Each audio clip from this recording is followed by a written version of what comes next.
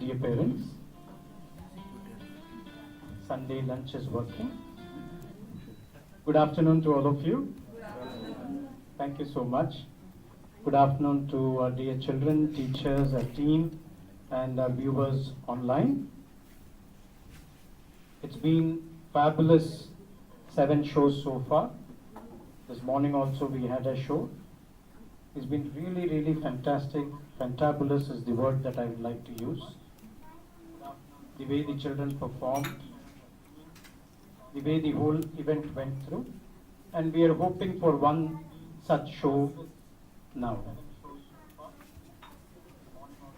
I would like to thank you parents with a phrase. Attention leads to expression. Any guesses what it could mean? Attention leads to expression. Anybody? Okay. I will tell you why I am thanking you with this phrase in a while now. This was written in Sanskritam many hundred years back in Natya Shastra as Yato Hasta Tato Drishti, Yato Drishti Tato Mana, Yato Mana Tato Bhava, Yato Bhava Tato Rasa, which means Yato Hasta, where the hand moves, Tato Drishti, the eye catches that. What the eye sees is what is stored in the mind. What the mind stores evokes the emotion, and the emotion gives a reflex as expression. So you express what you see. Now, how is this relevant in today's world? Though it was written for dancers, but it is commonly applicable to all of us today. And why am I thanking you with this phrase? Yato hasta. Hasta is hand. So what the hand does and what the hand has is what the eye is capturing. And today in our hands are the mobile phones, the laptops, the tabs, and the remote. These are the 4 major things with adults and children alike. The latest Instagram update that I'm quoting as an analogy at each of these sessions is, Instagram's latest update is, if you're advertising a video, it should not be more than 10 seconds. 10 seconds gives optimum results. So what is the other side of it? 10 seconds mala attention span illa.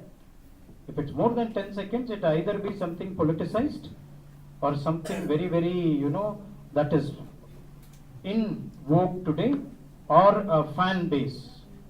If you're a fan and you're watching one of your icons video, then more than 10 seconds you'll watch. Otherwise 10 seconds is just a push. Just a push. Remote moves quickly. If you look at the songs that were written in the 70s and 80s, cinema pattu, film songs you take, they're all 7.5, 8 minutes. By the time it came to 2000, 90s, 2000, 5.5 minutes. Today, 2.5 minutes. 2.5 to 3 minutes a song. Anaki, you used to have a Pallavi, Anupallavi, double Anupallavi, double Charanam. Today, you have one line sung 20 times. That becomes a song. One word being told so many times. Then you wonder what's wrong with him. Electric current edha adichirucha, adhe solittirukana enu pada, adu paattu. Latest, I heard a song of late. ஒரு வார்த்தையை ரெண்டா வெட்டிட்டு second half பாடுறாரு. For example வளமுடன், உடன் உடன் உடன் பாடிட்டு அப்புறம் கடைசியில் வந்து வளமுடன் சேர்க்கிறார். ஓ, இதுக்கு தான் இவ இப்படி பாடினானா? It's all gone that it's there today. Now, analyzing all these things and seeing, I also happened to read a research article published by a professor from University of Sun City, where he's been doing research for over a decade now, and he's found a startling fact where he says children and adults overexposure to the screen or the screen time is resulting in white matter depletion in the human brain.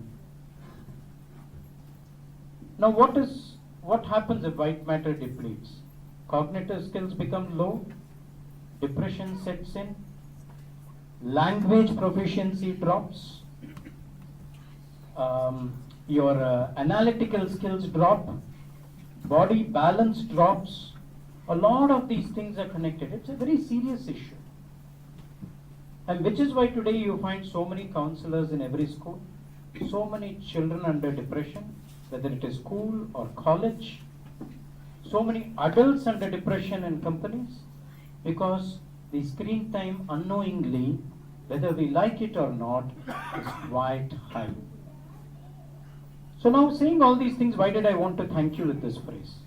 I wanted to thank you because when we sent out the circular saying the grand rehearsals are going to be for 2 hours per group and the children have to remain there for the 2 hours, you may pick them up at so and so time.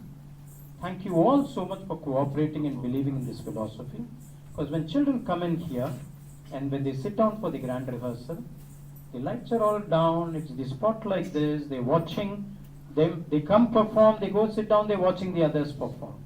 And it's a heterogeneous group. So all our bunches are heterogeneous bunches. So there's a grade 1 junior, there's a youth theatre, there's a mid-level. There are different levels of performing. So they're watching. There are no gadgets, no distraction, nothing. Little bit of restlessness, pardon me again. Little bit of restlessness does set in. But slowly, we have been watching it settles down and they're actually talking about the presentation. They're talking, hey, I could have done this. Even if they're not talking, it is sinking into their mind.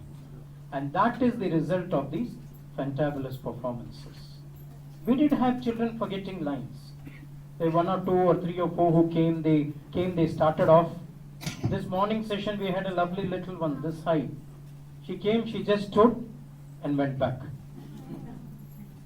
So, I was sitting inside the green room at that time. Pradyumna sir was there with me. So she came out. So the teacher said she didn't do anything, but she just came. So I called her and I told her, hey, I've been like that. I also forgot lines when I was young. My teacher called me and encouraged me, and I did it. And today I'm so happy I'm able to do it. So can we encourage you? So she looked at me. She didn't know whether to answer yes or no. And I asked her, what's your name? Then we got talking a bit. She calmed down. Then I requested Pradyumna sir to just take her out, give her one a run of the content. She came back and she delivered. So the credit doesn't go to us. The credit goes to the process that they have faith in themselves. There's another child who forgot, who stopped. She was halfway through and suddenly stopped. A 20-second pause. She recollected, she did it. So can we bounce back when we fall down? And that's what the children are getting here. So when we say Alchemy's education is more holistic development, it is not about coming and telling 10 lines, memorizing 10 lines, using body language, using voice skill and coming and performing and going. It is about developing the skill to sustain, stay and engage the audience. And these are 21st century leadership skills that they learn and they go out. Today we have Ridhima on the light and sound from our Alchemy Youth Theatre. Thank you, Ridhima, for handling the light and sound. Each show is being handled by one of the youth theatre students, and they are also writing the scripts for the annual graduation along with the advanced levels, and they're going to be coming down to directing plays. They were directed once, they were performing, their akkas and annas were doing the light and sound, and today they've gone to do light and sound. These young ones in a few years will go there. That is the cycle of this process, how they are evolving, how they are, churning into that process. So what they do here is very insignificant compared to the process they are going through, which is why I advocate every time, don't miss a rehearsal, don't miss a grand rehearsal, because that is where the application is happening. And that is what is, making them who they are. So I wanted to thank you all for your lovely cooperation to understand the philosophy of alchemy, and not even one parent put us under pressure saying, no, we can't stay for 2 hours, we need to take the child back. We are blessed to have such people with us. You understand it so well, and you're letting us work with your children. And thank you once again for understanding this philosophy. Thank you all. We're due for some wonderful performances. The children are ready, the anchors are ready. The stage is going to be on fire in a couple of minutes from now. A few ground rules. We have the videographer and the photographer on the job. They're doing their job. All the videos and photos will be shared with you. So the children's videos and photos will be shared, and we're also going live. So people are also watching us live. So a very humble request for parents not to cross when the lights are on and the performance is on. You're going to get in way between a student and the video, and that moment of the child would get lost. So when the lights dark out, you're allowed to walk in, walk back if required. And there's a wire also running in between, so please mind that. And use the blackout time for any movement, or else you can be relaxed. And one last humble request, yato hasta, nama hastamla enna irukku, mobile phone, sellakutti ellam dayavu seidu silent mode la pottudunga. And if possible, Sunday afternoon, if you're privileged, if you're gifted, turn them off. Because it's a privilege today to turn our phones off, because this work from home has set in, and oh my God, there's no time limit for work from home. At least office irunda, you go to work and come back. Work from home has robbed every single time. I see my brother-in-law sitting 24/7, he's sitting with his laptop. And it's nalla vela tappichana idukulla pola. Anyway, thank you all so much for your wonderful cooperation. And we'll do one more thing. In a Sunday afternoon, good afternoon, romba kenji kutadi da vandadu. We'll do a small exercise now. Okay? I'll say a number and you'll clap so many times. Simple exercise. Okay? 2, 4, 1. You now know to clap, so when children come, clap hands. Thank you so much. Let's have a great afternoon.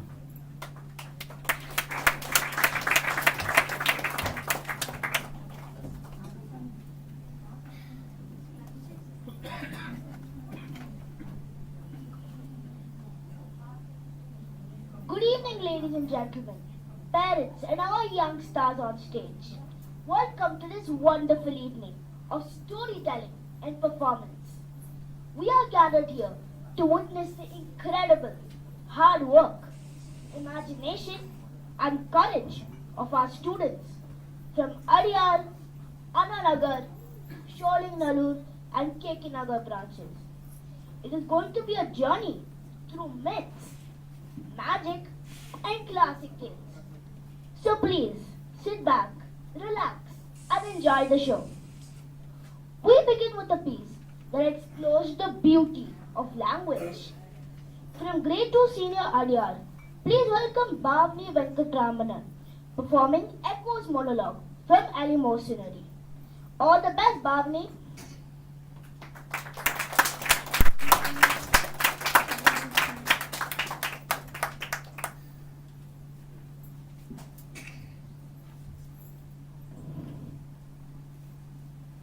Hello everyone, my name is Bhavani and today I am going to be performing a monologue from the 1985 multi-act play called Eleemosynary by Lee Blessing.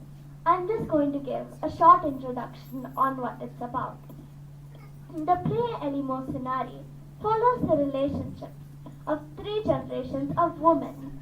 The word Eleemosynary itself plays an important part in the plot. I'm sure some of you may know, some of you might not, but the word Eleemosynary means charitable and it's often used in the context of an organization or a foundation. Anyways, back to the play. In this moment, Echo is competing in the national spelling bee, determined to win both the bee and the love and admiration of her mother and grandmother. She is simultaneously talking to herself in her mind as well as participating in the bee. Lunch. Glunch.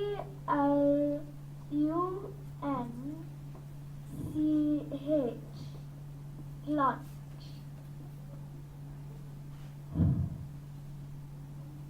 I knew I was right. Lunch is such an easy word.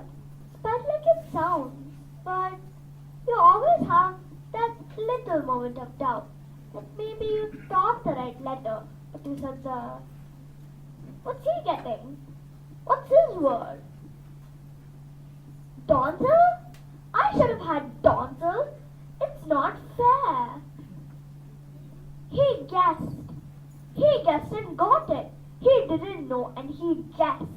I could kill him. Yes, ma'am. I'm ready. Palinode? Palinode. Great.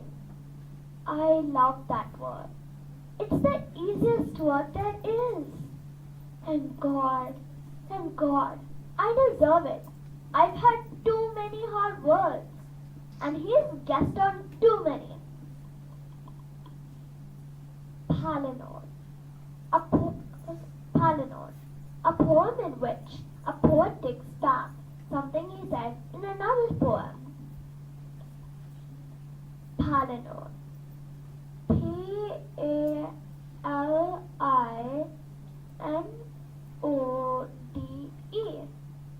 Palinode.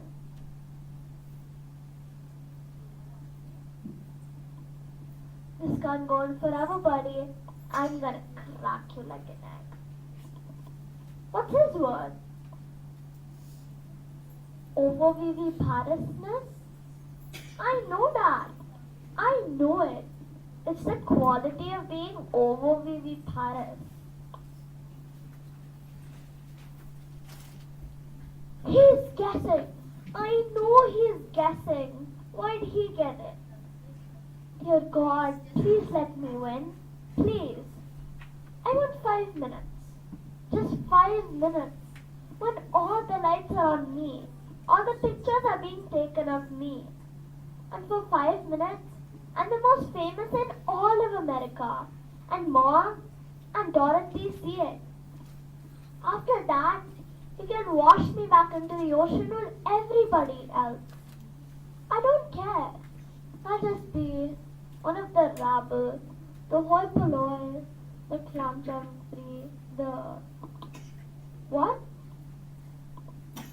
Excuse me, could you repeat the word? Clam jam free? I don't believe it! She asked the exact word I was thinking of. Clam jam free.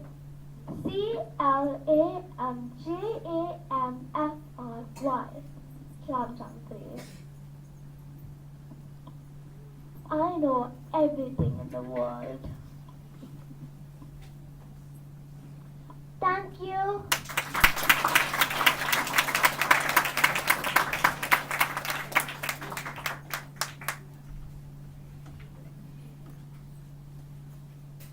A truly sophisticated performance, Bhavni. You handle that complex text with a great poise. Next, we travel to the snowy forests of folklore. From grade 2 Junior Kekinagar, here is Sharda Sairam sharing the story of Baba Yaga and the brave girl. The stage is all yours.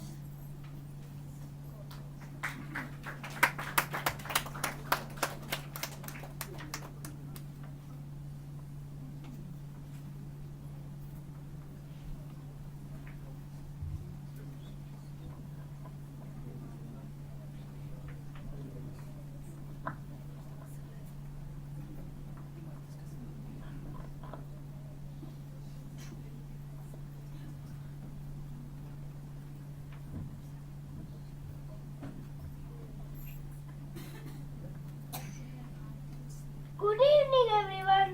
My name is Sharada. I am going to tell a story about Baba Yaga and the brave girl. In a quiet Russian village lived a kind girl named Vasilisa. Her mother had passed away, leaving her only with a small wooden doll that could help her whenever she needed it. Vasilisa loved her doll dearly and kept it close. But her stepmother and stepsisters were jealous of her goodness. One cold evening, they played a cruel trick. They blew out all the lights in the house. You must go into the forest and fetch fire from Baba Yaga the witch. The stepfather ordered Vasilisa. Vasilisa trembled. Everyone knew that Baba Yaga lived in a hut which had chicken legs that moved, spun, and danced in the moonlight. But Vasilisa gathered her courage and set off holding a small girl tightly. She kept walking in the dark forest. At last, she saw the strange hut turning slowly on its chicken legs. When she called out, the door creaked open and Baba Yaga stepped out, tall and bony and sharp as a thorn. "What do you want, child?" the witch hissed. "I have come for fire," Vasilisa said bravely. "Ha ha ha ha!" Baba Yaga laughed. "Then complete my tasks, or you will never leave the forest," and gave the impossible chore, sorting a mountain of grains in one night, fetching water in a bucket full of holes, scrubbing every corner of the hut. Vasilisa cried to her doll, who whispered, "Don't worry, I will help you." And with the doll's magic, the grains sorted themselves, the hut shined like new, the water filled in the holy bucket as if it was whole. Baba Yaga narrowed her eyes. "Someone helps you." "The blessing from my mother," Vasilisa replied. "Then take your fare and go." Baba Yaga handed Vasilisa a skull lantern. The lantern. Soon she hurried home. The lantern protected her from all darkness and cruelty. Soon she found a new home, new life, and great happiness, thanks to her bravery and kindness. And a little wooden. Thank you.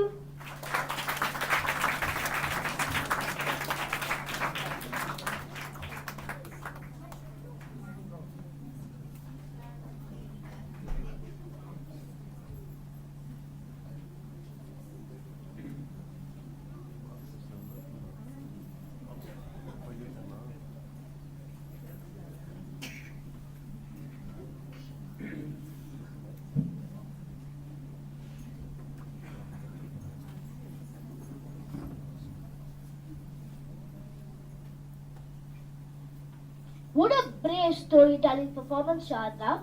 You made that forest feel very real for all of us.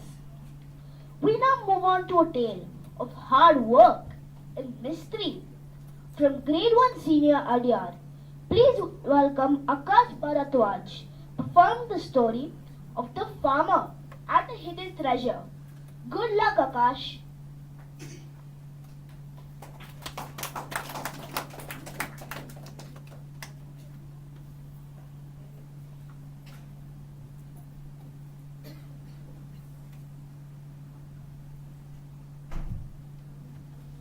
Hello everyone, my name is Akash. I'm going to narrate a story called The Farmer and a Hidden Treasure. Old farmer Ramana owned a dry piece of land and yielded little. He worked on it day and night with his sons, but since his sons were not as hardworking as Ramana, they grumbled constantly. "Why do you make us work in this useless field? There's nothing here but this." On his deathbed, Ramana whispered, "Sons, treasure buried in the field." Before they could ask more, he took his last breath. Believing gold hidden underground, the sons dug. They dug trenches, removed stones, and watered the earth. Weeks passed, but no treasure appeared. Disappointed yet exhausted, the sons gave up and started planting seeds out of habit. And when it was the rainy season, an astonishing thing happened. The field burst out with the richest harvest the village had ever seen. Tall grains, heavy crops, and endless greenery. Seeing the sons confused, a wise elder said, "This is your father's treasure. The treasure is the land itself. If you work at it, it will reward you more surely than gold." The sons looked at the field. understanding finally that Father Ramana had left them a wealth that could never be stolen. Thank you.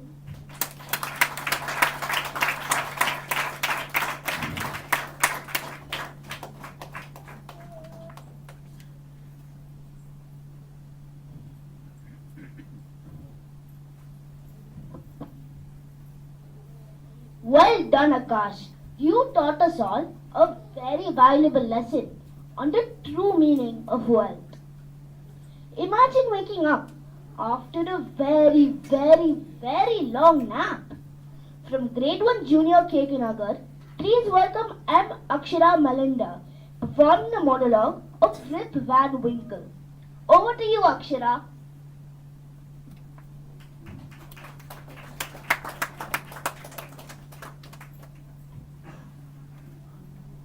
Hi everyone,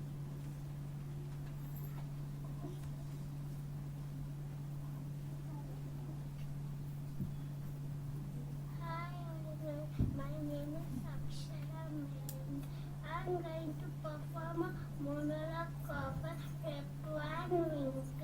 I missed it so much and I slept for 20 long years while I dreamed beneath the mountains while I kept moving out without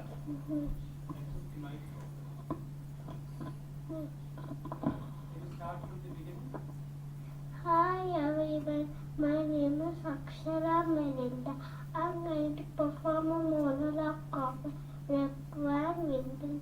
I missed it so much when I slept for 20 long years while I dreamed beneath the mountains while he kept moving on without me. My children grew tall, my beard grew white, my village changed so much I scarcely recognized it. My family wept for me, and so many tears shed in tears. Yes, when they thought I was gone forever, lost in single endless sleep. So I say to you, but don't disappear from life the way I did. Sleep a little, yes, but don't go away. Sleep one night and one day wake with purpose. Let rest prepare you for a brand new way to enjoy your life each and every day. Think of the good even when the day feels heavy. Be thankful for what you have. Thank you.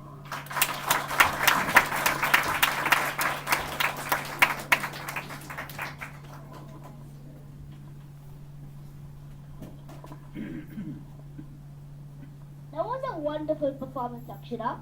You really captured the confusion and the wonder of waking up in a new world. From the world of dreams, we return to the value of truth. From Grade 1 Senior Adyar, please put your hands together for Anivera Satish, performing the story of the mangoes of honesty. Welcome to the stage, Anivera.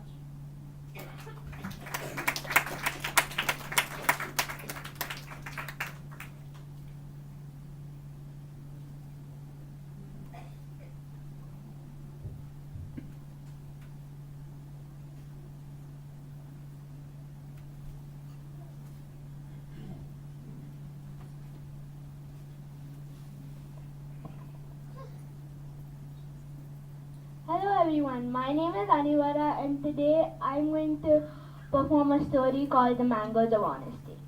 Raghav, a simple farmer, lived beside the estate of a wealthy landlord.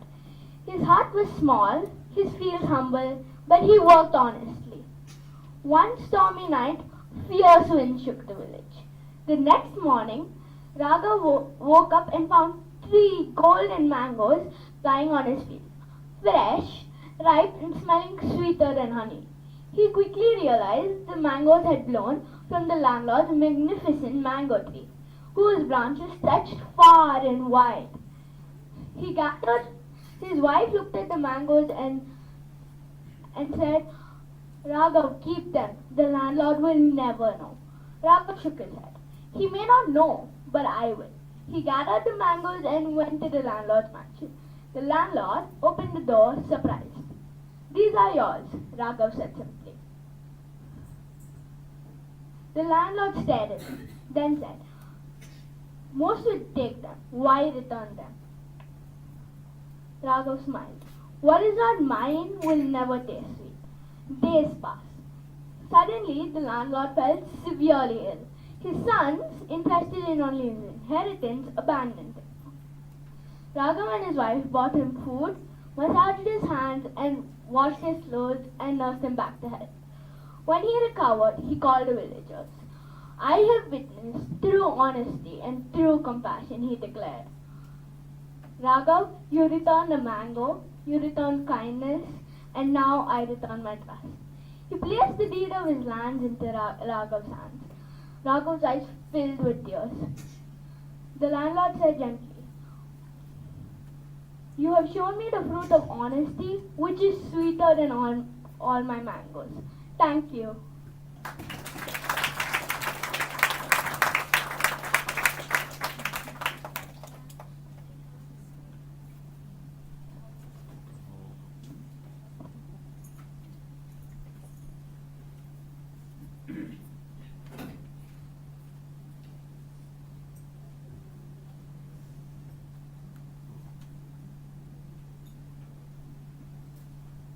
Thank you, Anivera.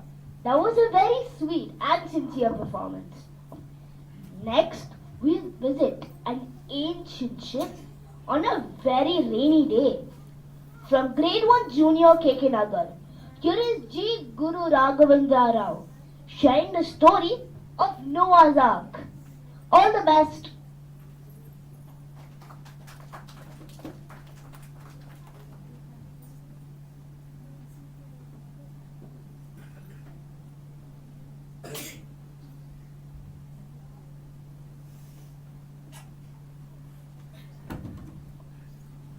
There came a time when there was only one good man in all the world. His name was Noah. Everybody else was bad. God wanted to start over fresh. So he told Noah to build an ark, and Noah did. God told Noah to fill animals, two of every kind, and Noah did. Noah went about too. Then God made the rain come down. It rained and rained until there was a great flood covered the world. Those who in the ark, they are safe and dry. Everybody else drowned. God made the sun shine and dry up the rain. Those who in the ark, they came out. Noah said, "Look at the sky. God has sent us a sign. That means He will never flood the world again." The sign in the sky, that was the very first rainbow. Thank you.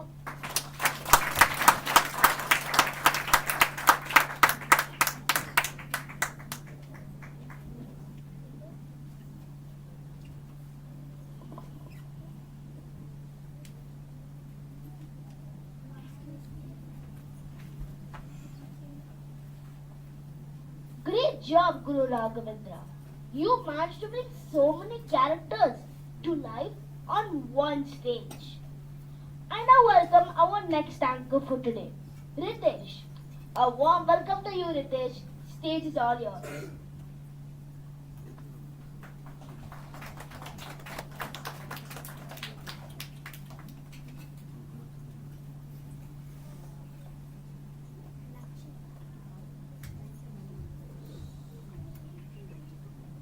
Good evening, respected teachers, parents, and my dear friends. I'm Ritesh, and it's my absolute pleasure to be your anchor for today's journey. Stories have a special kind of magic. They don't just entertain us, they teach us, challenge us, and sometimes even change the world. Today, we're about to travel across mythology, fantasy, devotion, wit, courage, and classic literature, all through the voices of an amazing performance. So sit back, listen closely, and let your imagination take the lead. We continue with a story of incredible kindness and self-sacrifice from Grade 1 Junior KK Nagar. Please welcome Aditi Vivek performing the story of Patience of King Rantidev.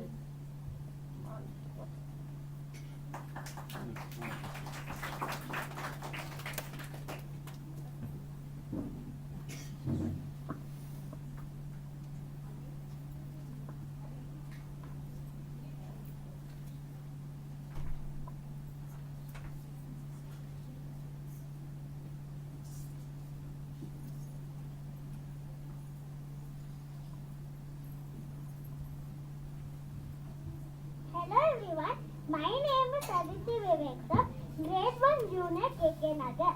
Today I am going to talk about the patience of King Rantidev. King Rantidev was known for his kindness and generosity. Despite his royal status, he led a life of simplicity and devoted his resources to helping those in need. He only, after ensuring that everyone's kingdom had eaten, once the god decided to test his virtues, created the situation where King Rantidev and his family had no food for 48 days. When they got finally some food, they were about to eat. A hermit came asking for food. King Rantidev, without hesitation, gave away his portion. Then came a weary traveler. King Rantidev again shared his part of the food. This happened again with the poor beggar. King Rantidev willingly gave away his portion, gave away his part of the food. Finally, a hungry dog came. King Rantidev shared his remaining water meant for him, saying that the dog deed was greater than his. Seeing his unfaltering patience and generosity, God appeared before him and blessed him with abundant wealth and prosperity. Moral: every individual and living being in this world, regardless of their status, deserves respect and kindness. Thank you.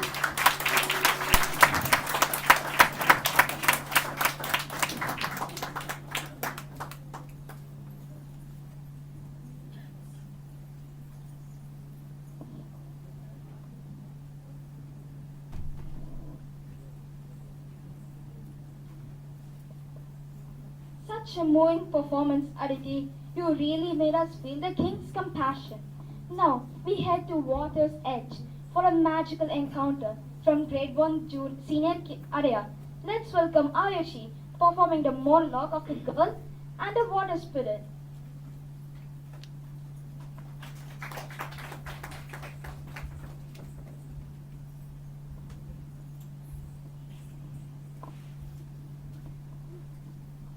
Hello everyone, I am Ayushi from Grade 1 Grade 1 Senior at your branch, and today I am here to present a monologue named The Girl and the Water Spirit Kelpie. They warned us about the Kelpie, a water spirit that appears as a beautiful horse, luring people onto its back just to drag them into the Lord's cold embrace. But warnings mean little when curiosity grows louder than fear. I saw it on a misty morning, made dripping starlight, eyes deep as midnight water. It bowed its head, inviting. I reached out. My fingers touched its neck and got stuck. My hands glued to its sleek skin as though kelpie were made of tar. It reared, laughing in a voice like bubbling water. Moi, it hissed. But fear sharpens the mind. I remember the old tales. A kelpie bound by its bridle, can be controlled. And there it was, swinging wildly. I grabbed it, pulling with all my strength. The moment my hand closed on the bridle, the kelpie screamed. Now I held the power. People stare at me when I led it through a village, who splashing on dry ground. Some fear me, some envy me, but I did not bind the kelpie for glory. I did it for survival, and sometimes survival looks like bravery from far away. Thank you.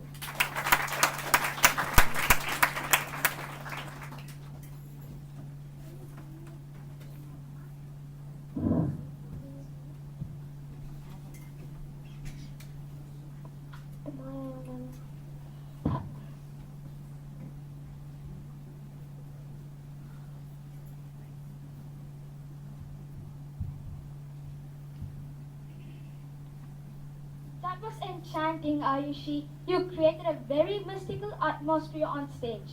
From the spirits of the water, spirits of the air, we have a heavenly perspective next.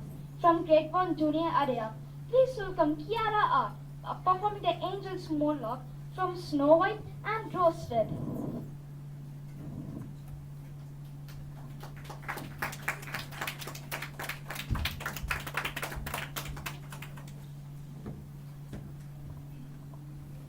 Hi everyone, I'm Kiara from Grade 1 Junior. Today I'm gonna perform Angel Monologue. This was once a beautiful, peaceful land. I remember the sunset making all the tall trees sparkle. The animals like sweet snow, white and rose red lived in a perfect harmony.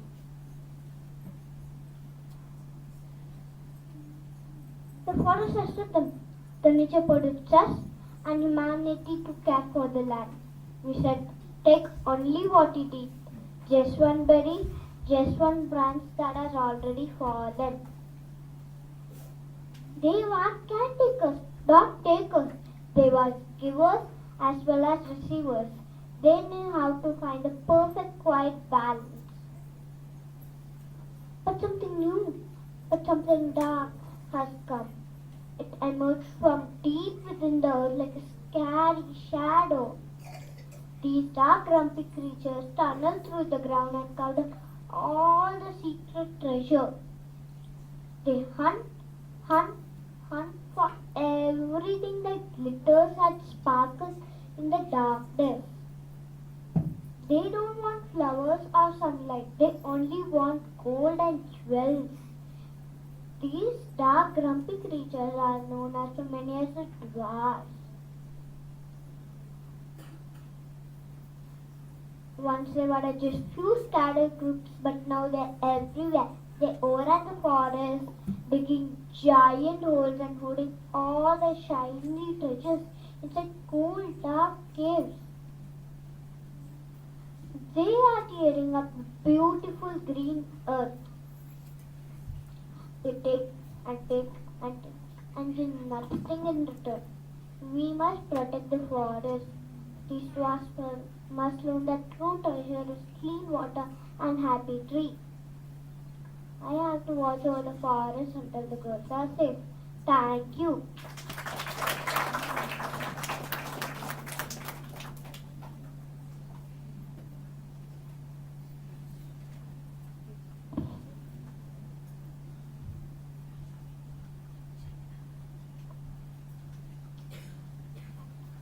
What a graceful performance, Kiara. You really lit up the stage. To wrap up this wonderful set, we have a character who is famous for sitting on a wall and for a very big fall. From Grade 2 Junior KK Nagar, here's Vainika performing Humpty's monologue.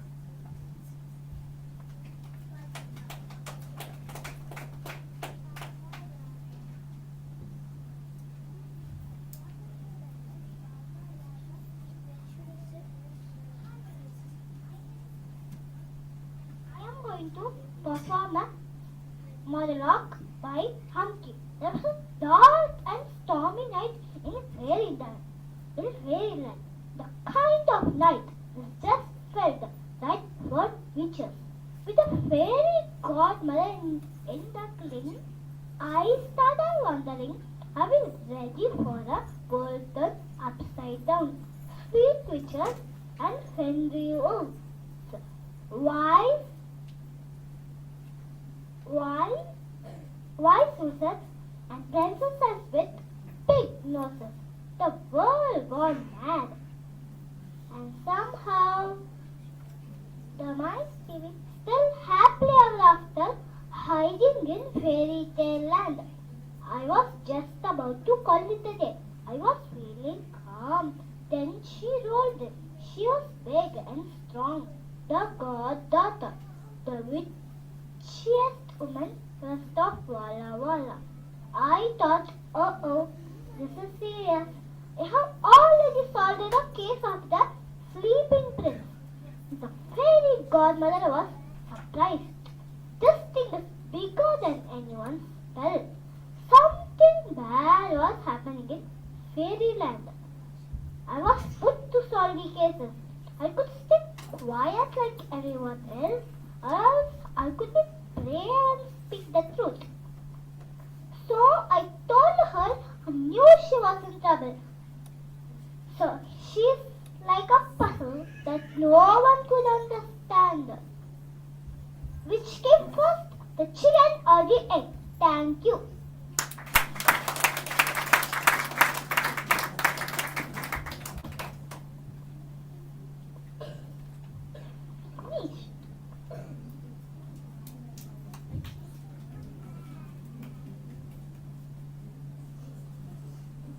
Brilliant work, Vainika. You gave that famous egg a lot of personality. Our next performance is a powerful monologue inspired by the Mahabharata. It gives voice to a character who's often misunderstood, a symbol of dedication, sacrifice, and silent strength. Please welcome Vian Vardarajan, Grade 2 Senior Area, with Ekalavya Speaks.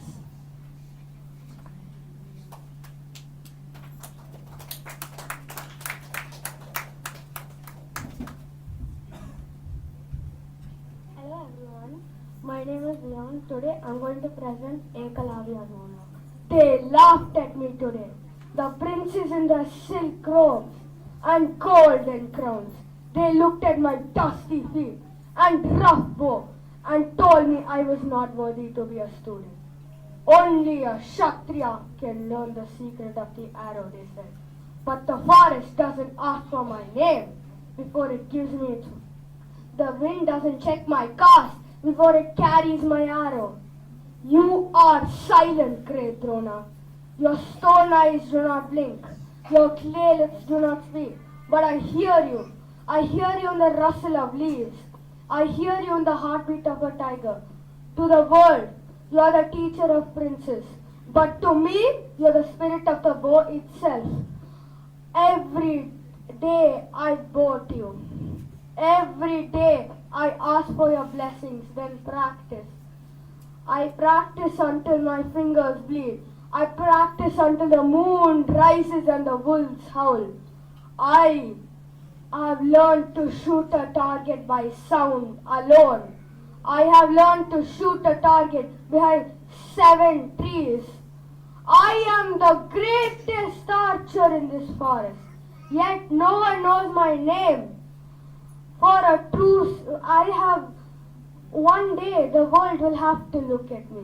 One day the great Arjuna himself will see an arrow in the sky and wonder, who is this master? I do not need a palace. I do not need a certificate. I have my devotion and I have you. For a true student doesn't need a teacher to say yes. He only needs the fire inside to never say no. Watch me, Gurudeva. Watch the son of the forest. Reach for the stars. Thank you.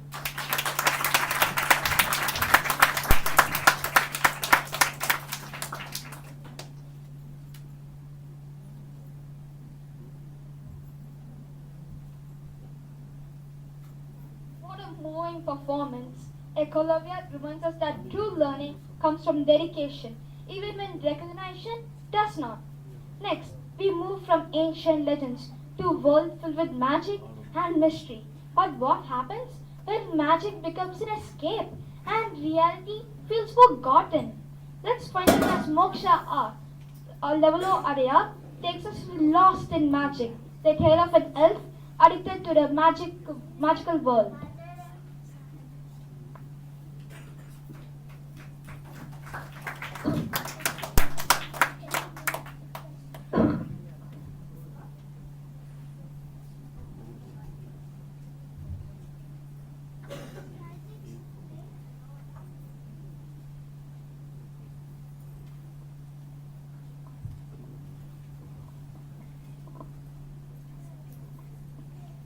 Hello all, my name is Moksha of Level O.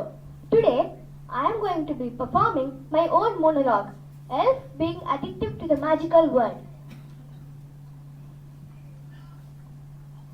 What good is a world without shimmer, without eye spell, without the hum of true pop running through your veins?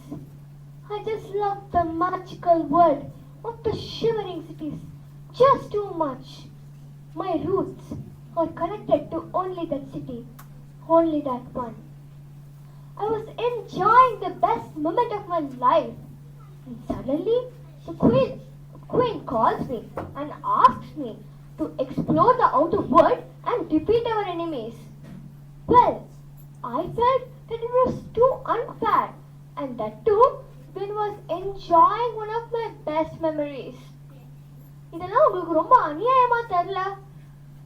Well, now I am at a place where I itself don't know where I am. I have told a part of my story, but I haven't introduced myself to you yet. Any guesses on who I am? I am an elf. Not just a normal elf, but a Tamil elf. Back to the topic.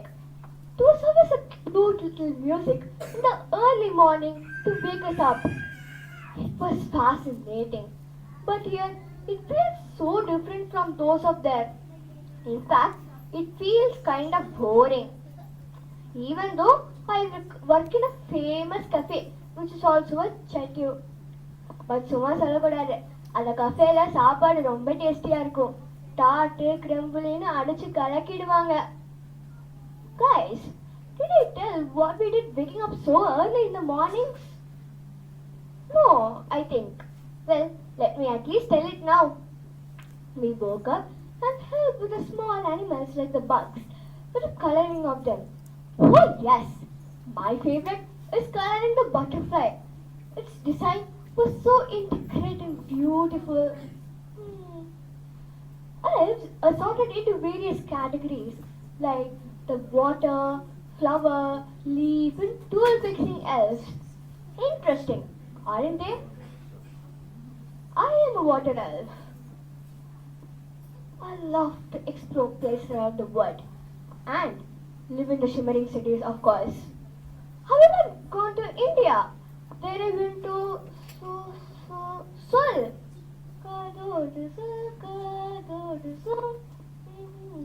That's a Tamil song from a movie called Ponniyin Selvan. ஒரு நிமிஷம் பாட்டு சொன்னேனா? Distraction. I hate distraction, but I still get them. Where was I? I went to southern India. I can understand the language they speak. இந்த பொண்ணு, of course, after speaking a long time, எனக்கு ரொம்ப தாகமா இருக்குப்பா, தண்ணி வேணும்.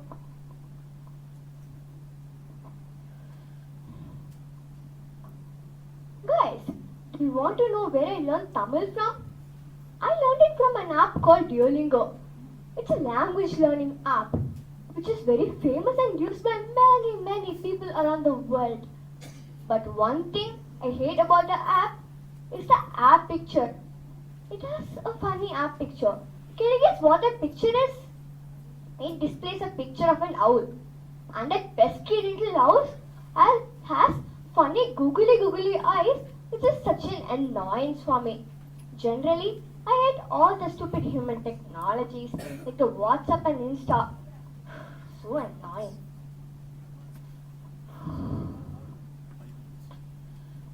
எனக்கு டிசிஷனே எடுக்க தெரியல. Can you guys suggest one? And I don't want your stupid brains, beta. like a dumb brain rot and 6'7". What? You dare try to spoil my senses? I will use one of my nasty water tricks on you, like splashing water all over you, and then you will be wet as the person who's been soaked in the rain. No. Even better, the one who has been splashed by the high current of the sea in Pondicherry. Ha ha ha ha ha ha. Ha ha ha ha ha ha. Okay, back to the topic. Ah.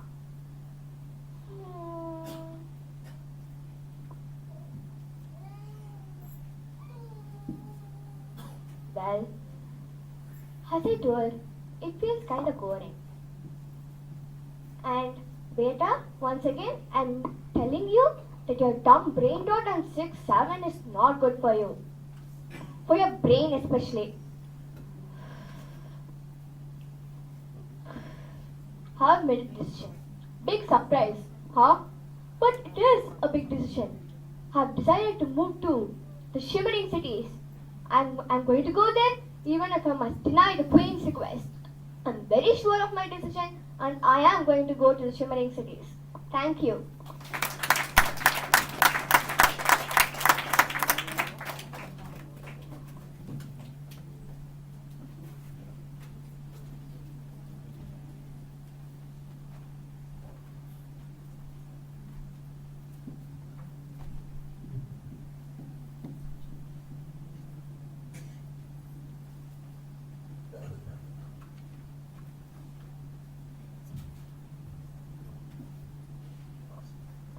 That was enchanting and thoughtful. Sometimes the most magical lesson is remembering to balance fantasy with reality. From we now step in a world of classic literature and powerful magic.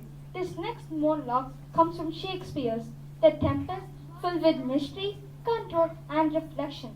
Please welcome Ishan Advik from Grade 2 Senior Area with Prospero's monologue.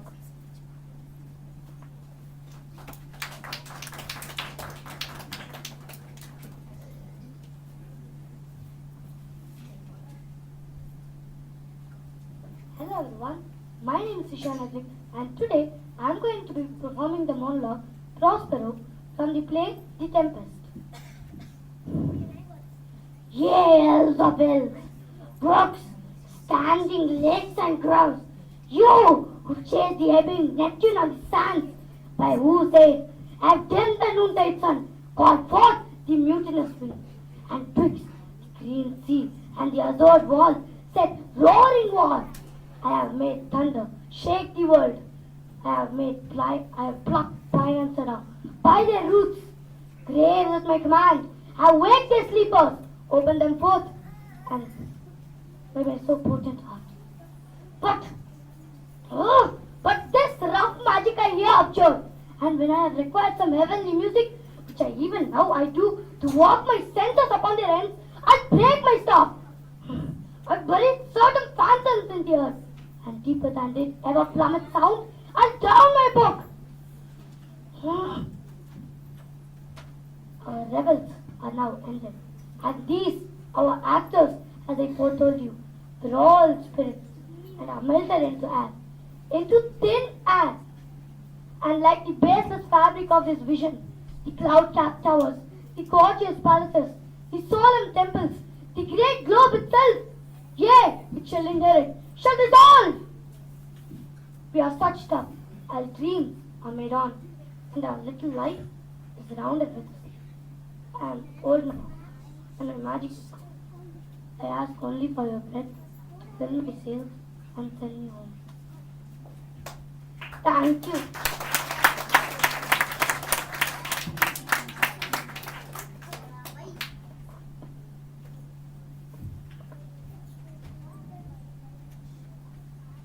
That was truly spellbinding. Prospero teaches us that wisdom is not just in power, but in knowing when to let go.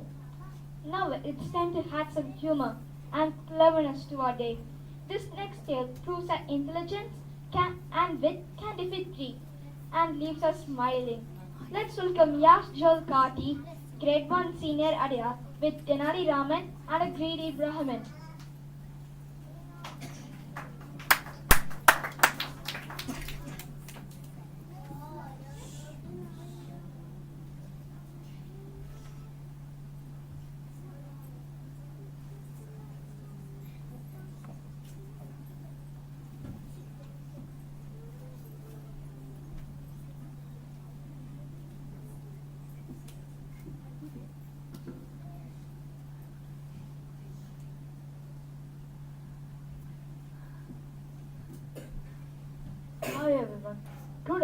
I'm gonna perform a monologue of Tenali Raman and the greedy Brahmin. Do you think people will go wiser in this age? But I met one Brahmin who only grew greedier. He claimed he can talk to gods. The king never believed him too. Everyone brought him gifts of rice, milk, gold, even my neighbor's best mangoes. Something smelled wrong. It wasn't the mangoes. So one day, I disguised myself and visited him.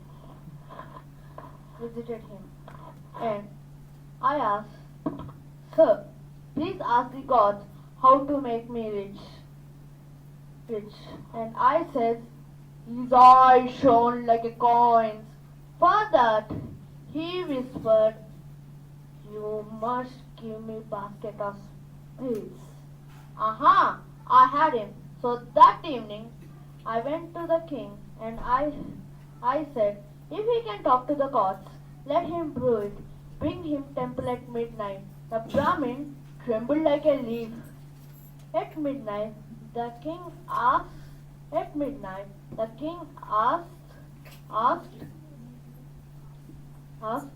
"Speak to the gods." And I said grammatically, "Your Majesty, God has sent a message." This man never spoken to them all. Or the Brahmin confessed to his niece. The king, Father, the king gave me bag of coins, and he said, "Tenali, your mind is sharper than a sword." Thank you.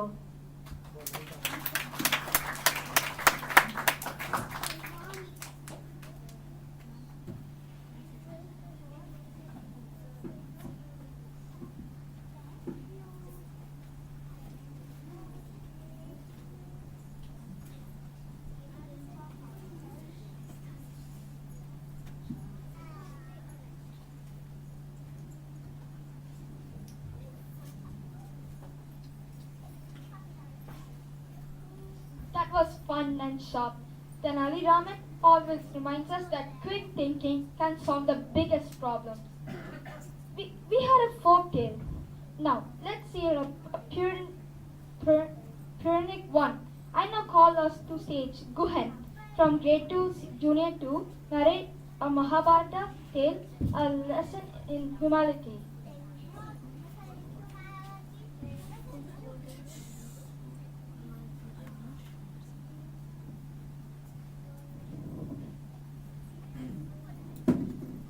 Hello everyone, and my name is Govind. I'm going to tell a story called A Lesson in Humility. Bhima, the second Pandava, was a strong prince. In fact, he was yet to come across any person who was as strong as him. He's maybe a bit proud, maybe egoistic about his physical strength. One day, as Bhima was walking upon the forest, looked for the lotus that Draupadi had asked him to bring. A large monkey's tail was blocking his way. Bhima told the monkey, "Oh monkey, move your tail out of the way. I am the mighty prince Bhima. Move your tail out of the way before I harm you." The monkey smirked and said, "Move it yourself, Bhima." This angered Bhima. Bhima immediately tried to kick the tail, but the tail wouldn't move. But Bhima forced his all energy to move the tail. But try as he might, the tail just wouldn't move. Completely exhausted, Bhima told the monkey, "Oh monkey, who are you and what is the secret of your strength?" The monkey took a laugh and then became Hanuman. Hanuman was also the son of Lord Vayu, but from another era. This made Bhima an older brother. He took an ordinary form of an ordinary monkey to teach Bhima the importance of humility as a value. Thank you.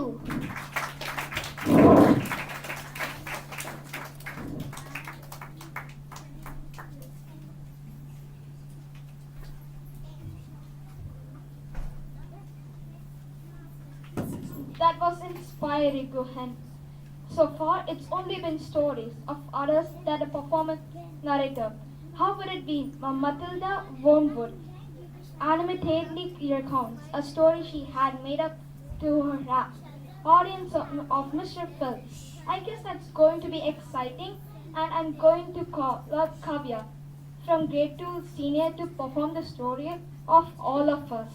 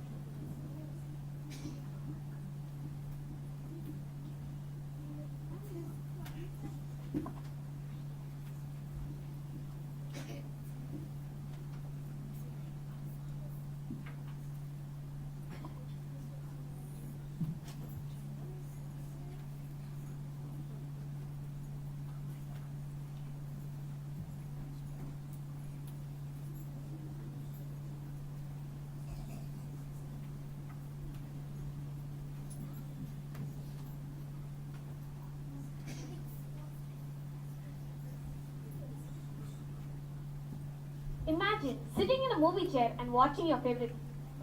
It would be nice to get that last glimpse of your favorite character. I'm Kavya and I'm going to perform the monologue of Matilda by Roald Dahl.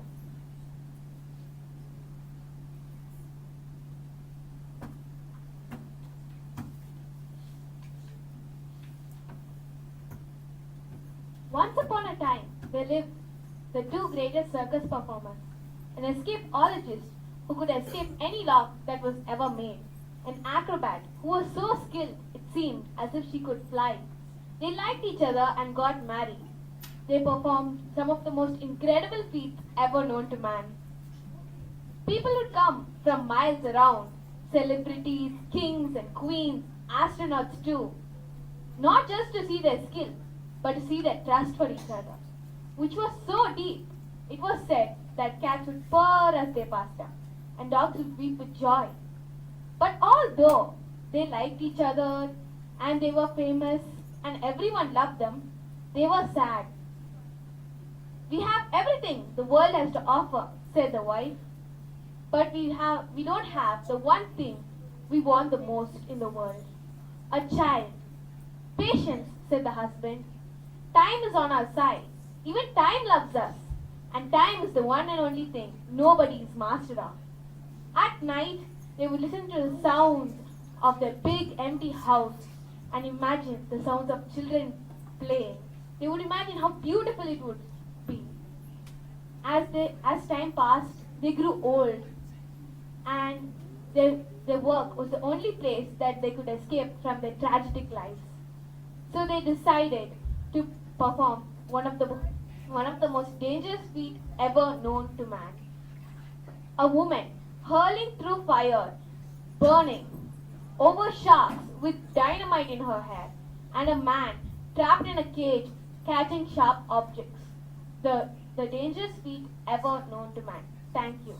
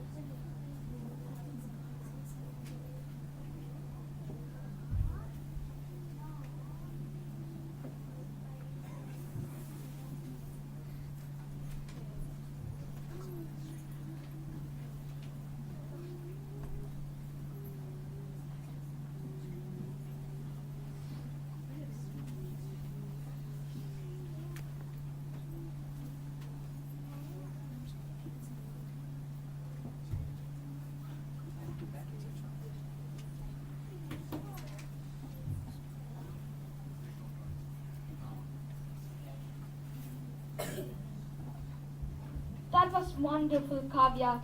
Our next story celebrates power, courage, and divine strength.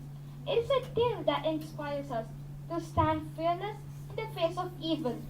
Please welcome Manvi Tanvita J, Grade 2 Junior Kekanagar, with the story of Durga, strength, courage, and divine power.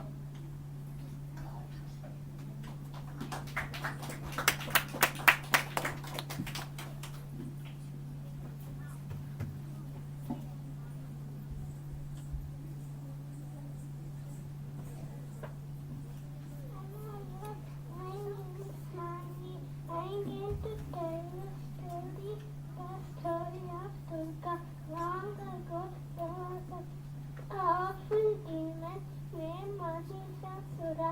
He had received a special rule from Lord Brahma that made him almost impossible to defeat. With this power, he became proud and started troubling the gods and all living beings. The gods grew frightened and knew they needed help to stop him.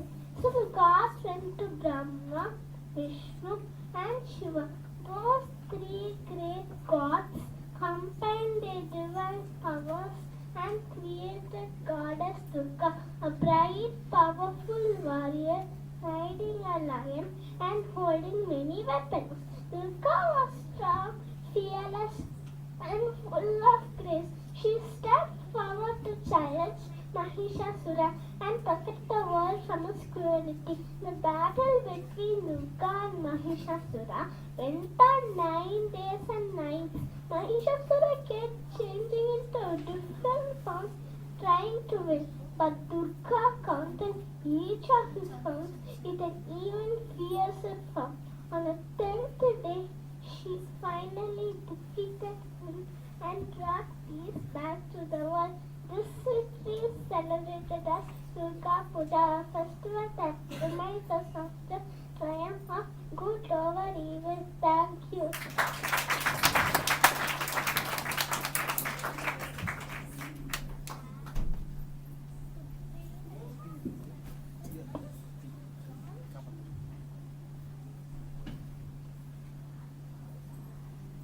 That was powerful and inspiring. Goddess Durga truly symbolizes bravery and protection. Now we move to a gentle and emotional monologue from a beloved classic. This story speaks of growth, healing, and the beauty of change. Please welcome Aradia Mukund, Grade 2 Senior Arya with Mary Lennox Speaks from the Secret Garden.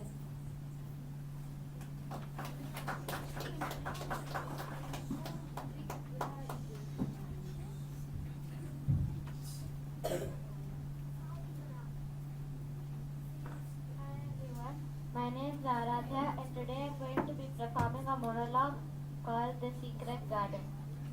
People say I'm disagreeable and perhaps I was. When no one listens to you and when no one cares whether you're happy or sad, you learn to be sharp, just to be noticed. When I first came to Messelweg Manor, everything felt cold and quiet. The rooms were too big, the corridors echoed, and I felt like I didn't belong anywhere at all. But then I found the garden.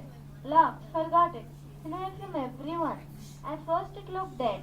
The branches were bare, the earth was hard and nothing seemed to move. But I kept coming back. Every day. I learned something strange there. Just because something looks forgotten doesn't mean it's gone forever. As I walked, I began to change too. My cheeks grew warm, my steps grew lighter, and my thoughts were no longer so cross and lonely. I realized that then. If you care for something, even a tiny green shoot, it cares right back. I used to think the world owed me kindness, but now I think something much better. Kindness grows when you plant it yourself. The garden taught me that, and now whenever I feel angry or small or unseen, I remember this. There's always something waiting to grow, if only you believe in it enough. Thank you.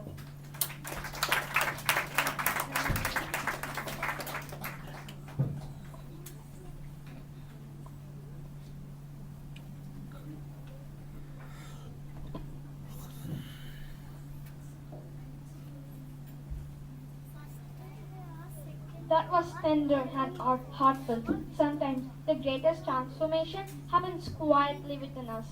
Our next performance brings us back to mythology, a thrilling tale of bravery and divine courage. A story where fear is faced head on and victory dances over danger. Please welcome Lakshit, Grade 2 Junior KK Nagar, with Krishna and Kalia.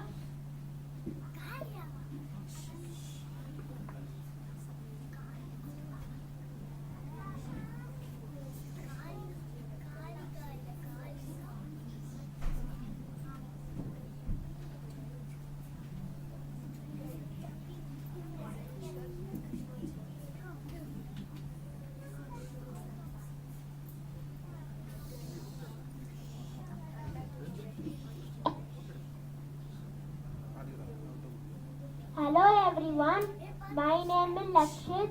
Today I am going to perform a special monologue of Krishna from the story of Krishna and Kaliya.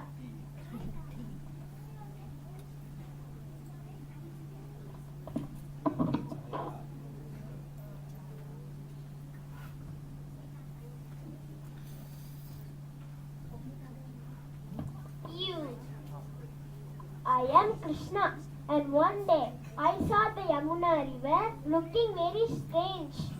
The water was dark and smelly. Even the fishes were running away. The reason was Kaliya, the big many-headed snake, who thought he was the boss of the whole river. People of Vrindavan were scared. Even the cows looked at the river and said, "No, thank you." I didn't like seeing everyone afraid, so I decided to help. I jumped into the river with a big splash. Kaliya came out with all his head, hissing, looking grumpy like someone woke him up from a nap. He said, "Who came into my river?" But I wasn't scared. I just smiled and climbed right onto his head. Yes, all of them. He had so many that I almost felt like choosing which one to stand on first. Kaliya started shaking and twisting to throw me off, but I danced on his head like it was my own little stage. Left, right, up, down. I kept jumping and dancing faster and faster. Poor Kaliya did not know which head I was on. He probably felt like he was on a roller coaster. The river splashed everywhere, and the birds were watching like they're seeing the funniest show ever. Finally, Kaliya got tired and said, "Please stop, I give up." I told him to leave the river and stop scaring everyone. He agreed right away and swam off with his family. The moment he left, the Yamuna became clean and shiny again. Everyone in Vrindavan was happy, and I came out smiling. And that's how I saved the river with courage, kindness, and little bit of dancing on a snake. Thank you.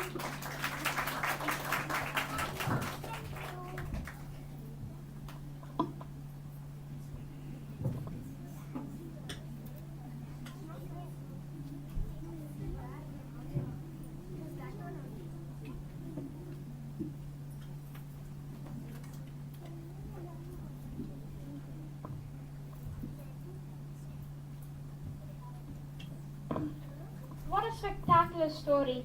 We now have Samiksha from Grade 1 Senior to perform a heart-wrenching monologue about Sedna, Mother of the Sea, a fantastic passage from the mythology of Greenland. Get ready to dive into a world of emotion and legend. Over to you, the stage is yours.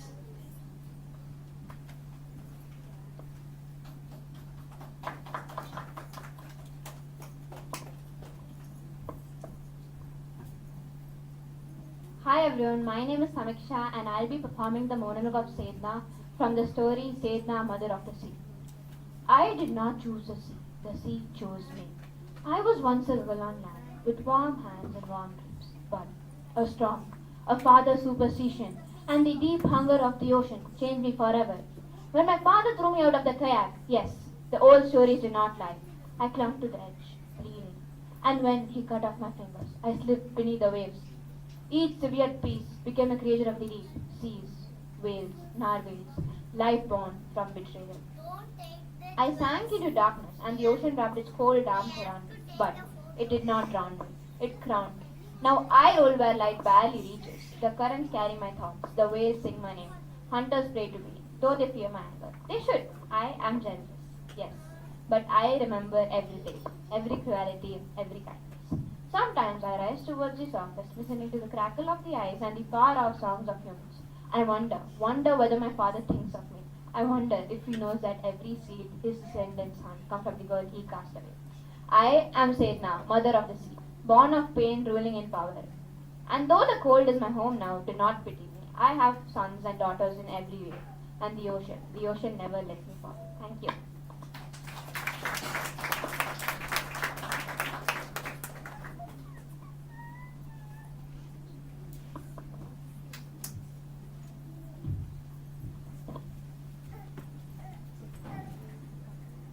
Wow, that was truly intense and beautiful. Thank you so much, sir. What a thrilling performance that was. I know, and my hosting here. But the journey continues with many more exciting performances lined up. To take us forward, I now invite our next anchor to the stage, who will carry the story ahead. Over to you, Beth Krishna.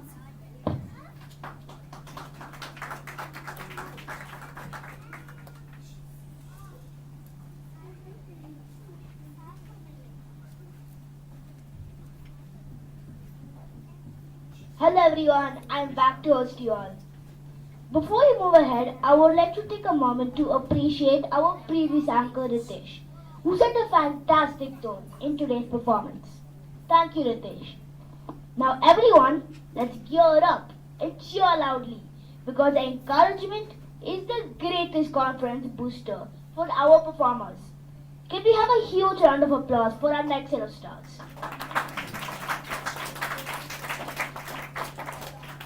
First up, we have B. Sri Rutvi from grade 2 junior Kekanagar. She is here to narrate a story which many of us have heard and loved, how Ganesha got his elephant head. Let's welcome Rutvi with a big round of applause.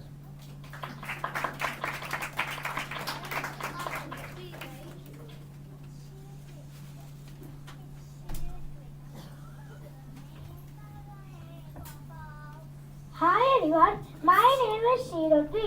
Today I'm going to perform a story called How Does Ganesha Got His Elephant Head? Long ago, goddess Parvati wanted to guard someone why she took a bath. She made a boy out of a clay and gave him life and named him Ganesha. She asked to stay at the door and not let anyone enter. Why Parvati was watching. One day, Lord Shiva, Parvati's husband, came home. Ganesha didn't know him and said, "Stop! You cannot enter." Shiva got angry in his anger and cut off Ganesha's head. Parvati was very sad and cried at her son. Shiva wanted to make things right and send his helper to find and hit them. The first that they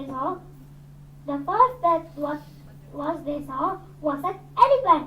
They brought its head and Shiva placed it on Ganesha's body and bringing him back to life. Thank you.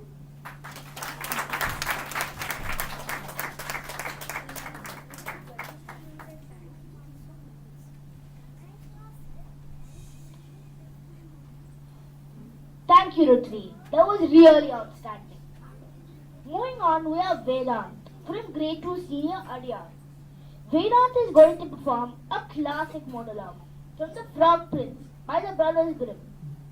This story centers on a princess who reluctantly keeps her promise to a frog, only to discover he's an enchanted prince. Over to you, Vedant.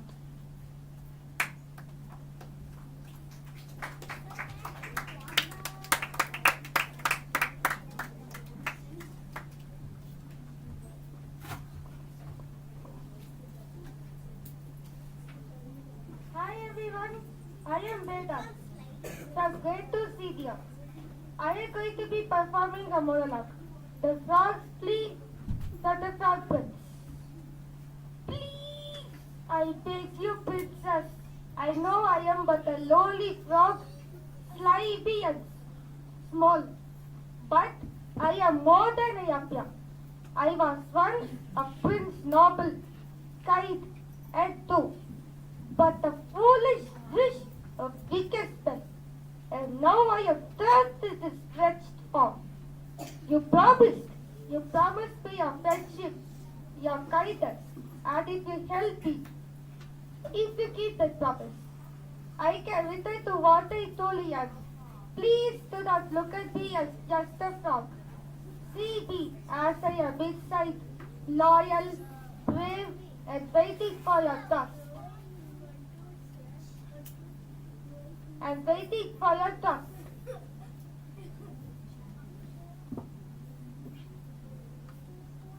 And waiting for your trust.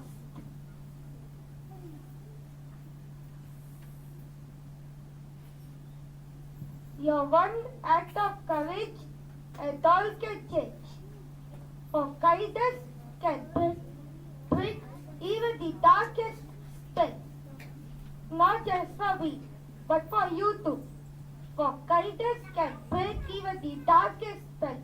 I trust you, princess. Please do not let me down. Thank you.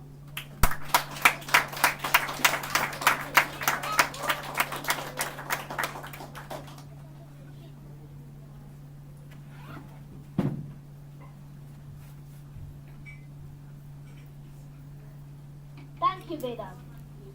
Next up, we have Dhriti, a grade 1 senior student who's going to narrate a story. The Foolish Crocodile Who Its Turns. This story is an adaptation of the Panchatantra tale. Over to you, Dhriti.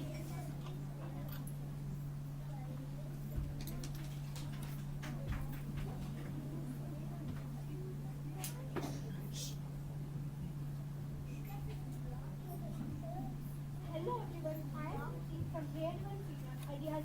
So today I am going to narrate a story named The Foolish Crocodile Who Ate Stones. There was just a crocodile named Money in the cool, shimmering the water of the perennial lake. Money was not very big, Money was not very strong, and definitely he was not very wise.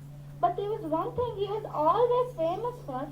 He was always hungry. In the mornings, while the other crocodiles warmed themselves in the sun, Money would grumble, my stomach is empty.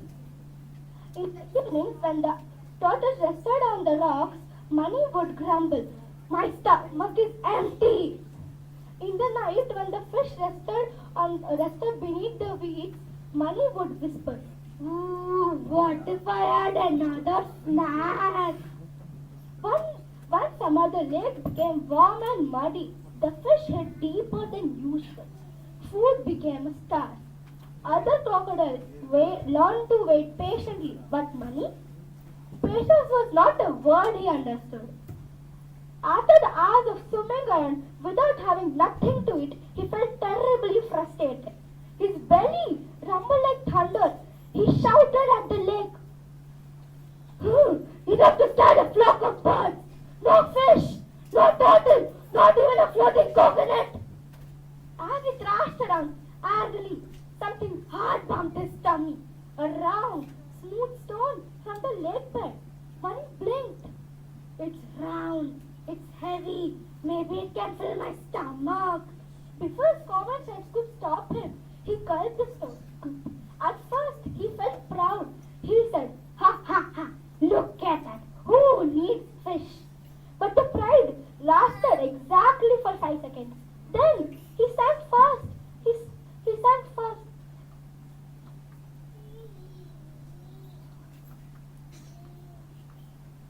Like a pot full of wet mud. Down, down, down. He shouted at the lake, help, help, I'm sinking,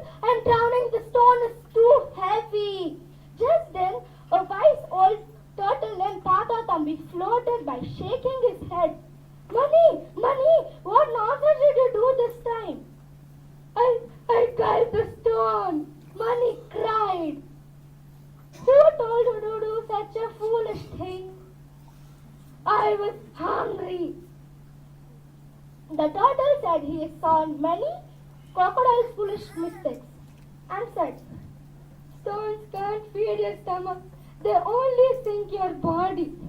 Days passed, Money didn't listen. Each day he felt hungry and solved another stone. 1, 2, 3, 4. He became so heavy.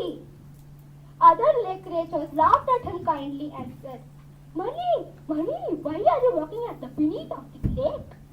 Money replied, "I can't float anymore." His friends tried to lift him. They tugged his tail.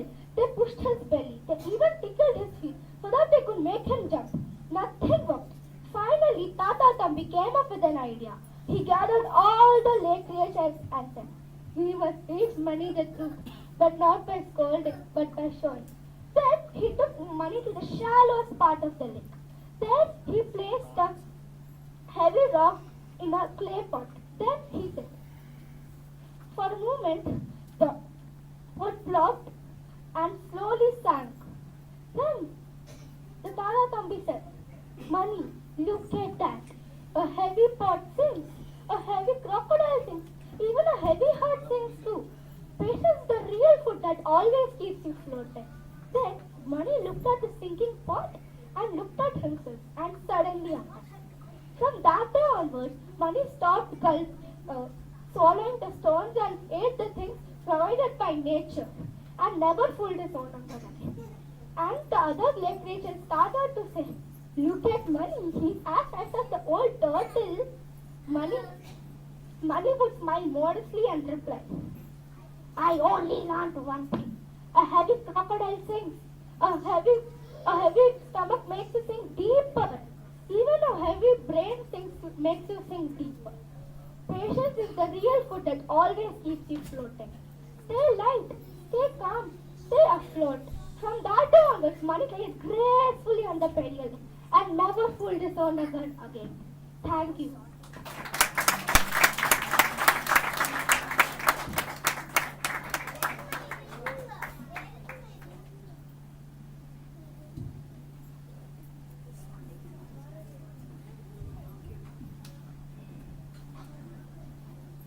Thank you, Diti, for that compelling story. Up next, we have Tista, grade 2 senior, to narrate a thoughtful monologue titled Method Actor and the Forest. Please welcome her on stage.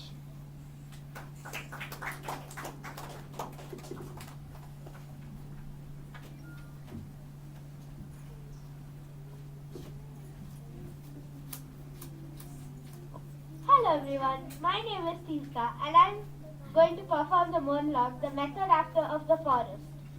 3 months! I've waited 3 months for this, the annual school play. The moment legends are born, I walked into that audition room. I gave them everything. I cried real tears. I did a somersault. I projected my voice to the back of the cafeteria. And today the list goes up. Rahul's the king. He gets a crown. He gets a throne. He gets to sit 90% of the play. Priya's the queen. She gets a velvet cape and a death scene and gets to scream over the betrayal and falls onto a mattress. Even Amit who thinks Shakespeare is a milkshake flavor, is a soldier. He gets to march, he gets a spear, he gets to stab people. And me, I'm tree number 2, not even tree number 1. Tree number 1 is an oak center spotlight, and I'm tree number 2, stage left background vegetation. My blocking instructions are: stand near the fake rock and do not eclipse the hero. Do you know what my costume is? The king wears silk. The soldier wears an armor that clanks when he walks. And me? I'm wearing brown tights and a cardboard cylinder my mom spent 4 hours gluing dried leaves onto. I don't look like a majestic forest spirit. I look like a compost heap. I smell like a salad. I swear a spider has already moved in. I'm an ecosystem now. And the worst part is the acting. The director tells the king, "Show me more power, show me more rage." He tells the soldier, "Show me more bravery." And he looks at me and says, "Arjun, be more woody." Woody? What does that even mean? Do I bark? Do I bite? No, I just stand there. Yesterday, during the big battle scene, when my nose started to itch right on the tip, but can trees scratch their nose? No, that breaks the illusion of reality. So I just stood there twitching while Amit the soldier dropped his spear on my foot. But can trees scream? No, trees suffer in silence. But you know what? Fine, if they want a tree, I'm going to give them the greatest theatrical performance of a plant they've ever seen. No, I'm going to method act the tree. I've been researching. I'm no longer just Arjun. I'm a Brodick Banyan. When the king gives his speech, I'm going to rustle. My leaves will tremble with political opinion. When the queen cries, I will droop. Not just a little bit. I will droop so aggressively that the audience will feel my sap slowing down. I'll photosynthesis so aggressively that the people will feel my oxygen levels rising. Let Rahul have his crown. Let Amit have his spear. But when the curtains open, nobody's going to be looking at the king. They're going to be looking at the kid in the brown tights acting his heart out loud next to a fake rock. I'm the root, I'm the branch, I'm the star. Thank you.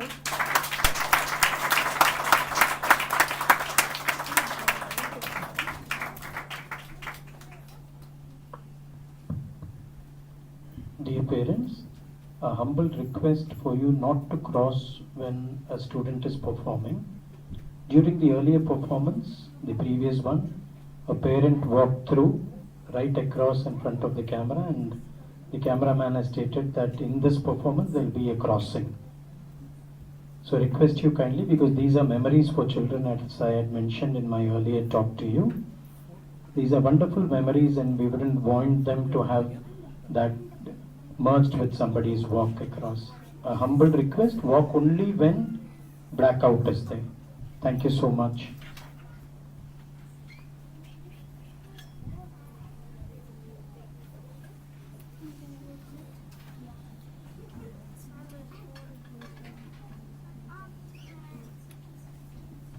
Thank you, Tista. That was lovely. Now, get ready to laugh. We have Harshavardhan of Grade 1 Senior Kekinagar to narrate a funny and hilarious Indian folk tale, Tenali Rama and the Thieves, which most of us are very familiar with. The stage is yours.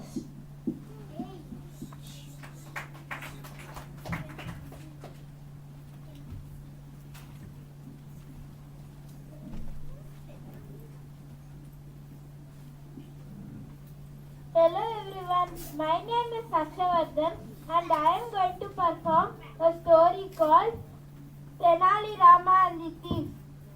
One quiet evening, clever Tenali Rama and his wife were preparing for bed when Tenali heard two soft whispers outside.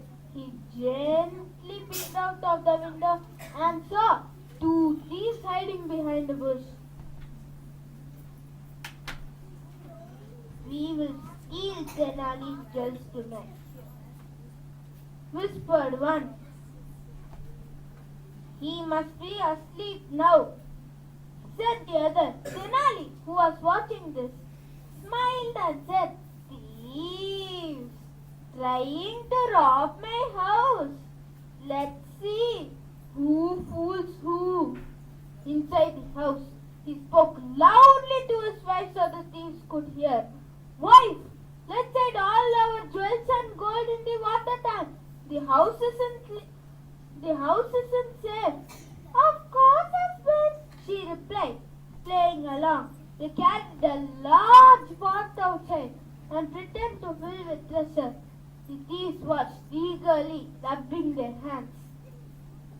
As soon as Tenali and his wife went to bed, the thieves rushed to the tank saying, Tonight we will be rich, and started the treasure hunt. But they didn't know the truth. Tenali owned no jewels at all. All the night the thieves drew water out, bucket after bucket, looking for treasure that wasn't there. The sky turned pink with sunrise. Tenali stepped out, stretching his arms. Oh, dear thieves, he said cheerfully. Thank you so much for emptying my water tank. I wanted it cleaned. The exhausted thieves stared in disbelief. Realizing they had been tricked by Tenali's clever mind, they fled the village in embarrassment, never to return. Tenali laughed and his wife joined him. When thieves come to steal, said Tenali, sometimes the smartest thing to do is give them a job. Thank you.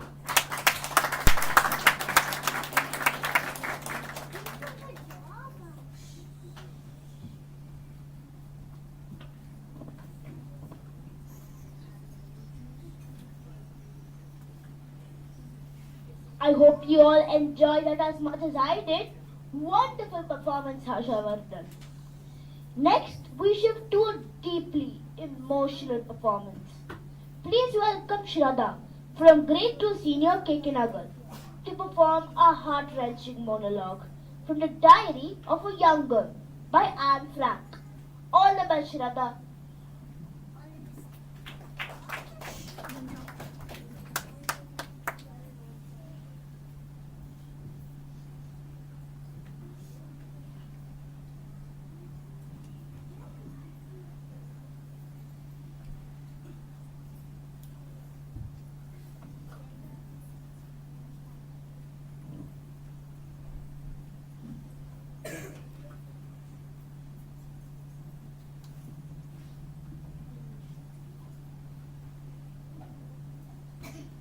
Hello everyone, I'm K. Shraddha and today I'm going to be performing a monologue from The Diary of a Young Girl written by Anne Frank.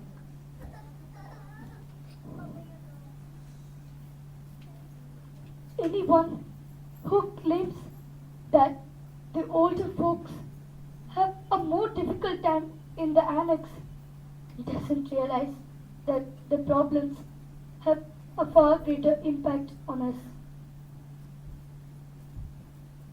We are much too young to deal with these problems, but they keep thrusting themselves on us until finally we are forced to think up a solution. Though most of the times our solutions crumble when faced with the facts. It's difficult in times like these. Ideals, dreams and cherished hopes rise within us only to be crushed by grim reality. It's a wonder I haven't abandoned all my ideals. They seem so absurd and impractical, yet I cling to them because I still believe, in spite of everything, that people are truly good at heart. It's utterly impossible for me to build my life on a foundation of chaos, suffering and death. I see the world slowly transforming into a wilderness. I hear the approaching thunder that one day will destroy us too. I feel the sufferings of millions. And yet, when I look up at the sky, I somehow believe that everything will change for the better. That this cruelty too shall end. That peace and tranquility will return once more. In the meantime, I must hold on to my ideals. Perhaps the day will come when I'll be able to realize them. Yours, Anne M. Frank, Friday, July 21, 1944.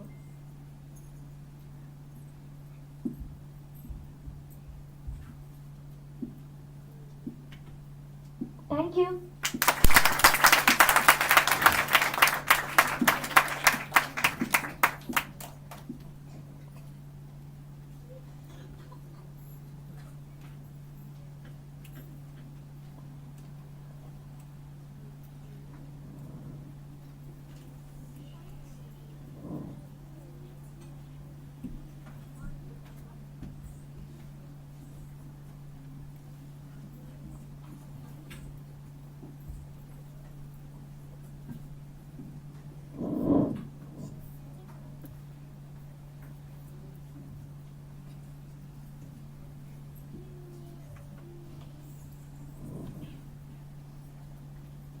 was an outstanding and a touching performance, Shraddha.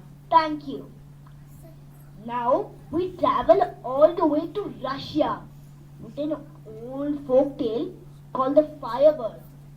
The Firebird is a renowned Russian fairy tale featuring a magical, glowing bird with a fiery golden plumage that steals golden apples from a Tsar's orchid. Please welcome Tanushya from Grade 1 Senior Sholinganallur.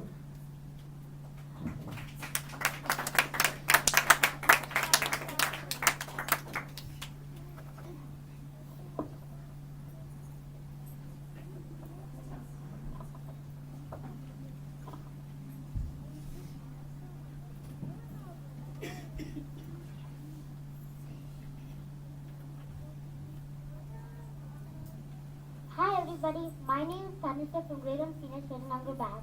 I'm going to perform a monologue called The Firebird. Have you ever seen something so beautiful it steals your breath away? That's what I am, the firebird. My feathers glow like sunrise, my tail sparkles like flames. Wherever I land, sparks scatter like dancing stars. But beauty can be a blessing and a curse. I used to fly freely in the dark forests of Russia, lighting the night with my wings. One day, I was resting on an apple orchard, nibbling on a golden apple. It's my favorite. When suddenly, a net dropped over me. Prince Ivan stood there, wide-eyed, brave, clutching the ropes. But when he saw me struggle, he hesitated. Something in his eyes softened. Firebird, he whispered, I don't want to hurt you. I looked at him carefully. Many tried to trap me, but none spoke it kindly. So I gave him a feather, a single glowing feather that could summon me in times of great trouble. In return, he let me go. When darkness spread through the kingdom, an evil sorcerer threatened everything. Ivan called me with that feather. I flew to him, brighter than ever, and burned away the curse with my light. Many say I'm magical, mysterious, impossible to understand. But really, I'm no different from anyone else. When someone treats you with kindness instead of fear, you shine for them. I'm a firebird. I'm not meant to be caged. I'm meant to bring light whenever it's needed. Thank you.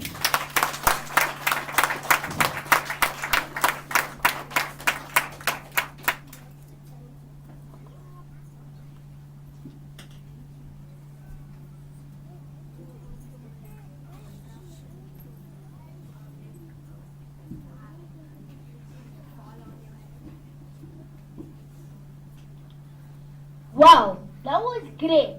Thank you, Tanushya. Next up, we have Anirudh S. from Grade 2 Senior KK Nagar, who will perform a monologue titled Protector Kid Hero by DM Larson. That sounds interesting. Over to you, Anirudh.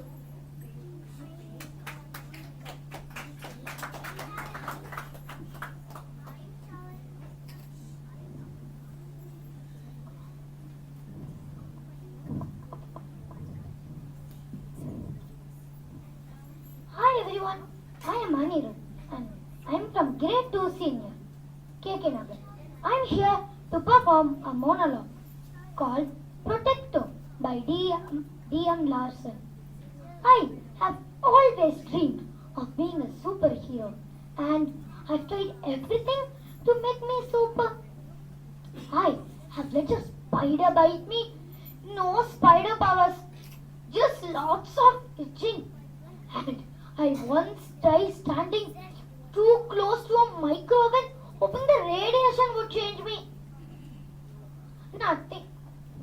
And I got in so much trouble for making so many bags of popcorn.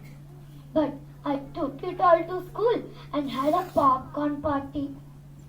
That day, I was a hero. I guess it kind of worked. I love being a hero. I love helping the people. I love making them happy. I hate bad guys. I hate creeps who hurt people. There's that kid at school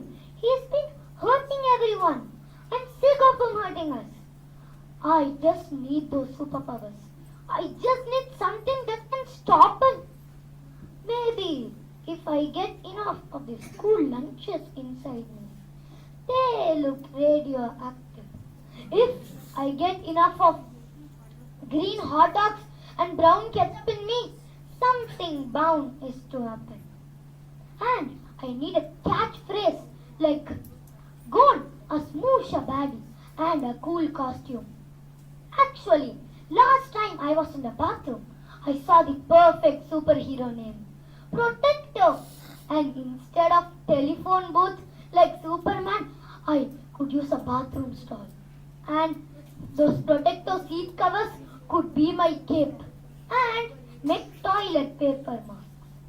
Nothing scares bad guys more than bathroom stuff. Or it will really want them to give me a swirly. I better rethink this. The end. Or how they say in the comics, Excelsior. Thank you.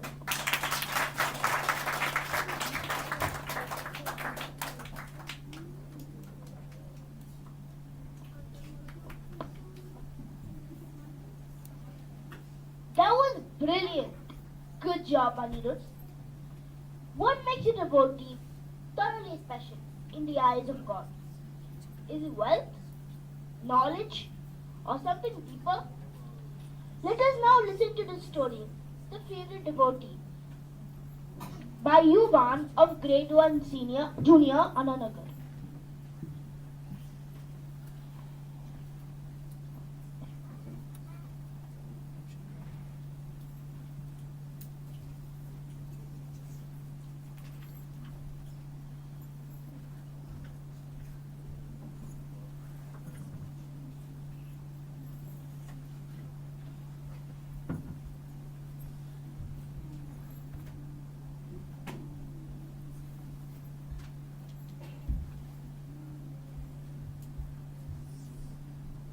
Good evening, everyone. Today, I'm going to perform a story called The Favorite Devotee. Sage Narada was devotedly Lord Vishnu. He would go around the world reciting the Lord's name Narayana, Narayana. One day, Narada met Lord Vishnu and asked, Lord, I have a question. Who's your greatest devotee in this world? Lord Vishnu pointed to a farmer plowing the field. He's my greatest devotee. Narada was surprised to hear this. He felt that the farmer was a good fellow working hard for a living, but he took only the Lord's name once or twice a day, whereas he recited the Lord's name 1,000 times a day. Lord Vishnu could see that the sage was not convinced with the answer he had given. So, Lord Vishnu gave Narada a pot filled with oil to the brim. Narada, said Lord Vishnu, pointing out to a hill, I want you to go around that hill carrying this pot of oil on your head. Take care not to spill oil, not even a drop. So Narada placed a pot of oil and started going around the hill. He was focused only on the pot of oil on his head. It took him 1 whole day to complete 1 round, and he returned and gave the pot back and said, You could see that the pot is still filled with oil to the brim. Not a drop has been spilled, proudly. Seeing that, Lord Vishnu said, Yes, I can see that. Now tell me, how many times did you remember to take my name? Oh Lord, Narada cried out, not even once. My entire attention was on the pot of oil on my head. Confessed Narada, and he agreed that the farmer was a greater devotee than him. Thank you.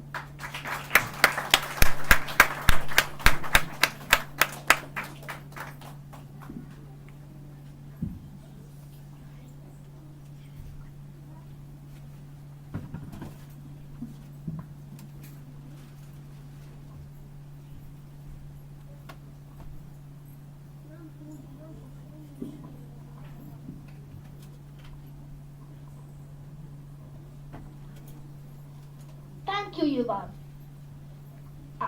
Next, we have Ritesh, a grade 2 senior student who will perform a monologue from an old Indian tale called Gatotkacha.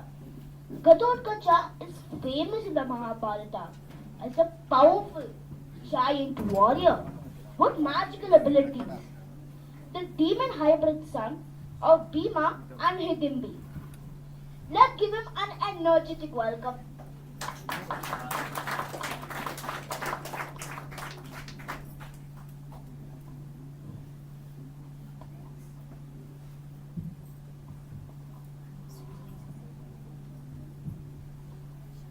Hi everyone, my name is Ritesh. I'm going to perform a monologue called Kathod Kacha.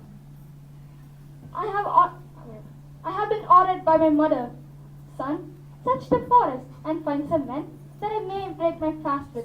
I have been wandering through the woods, yet I found no one. I searched the deep valleys, the riverbanks, and the tickets where the lion sleeps.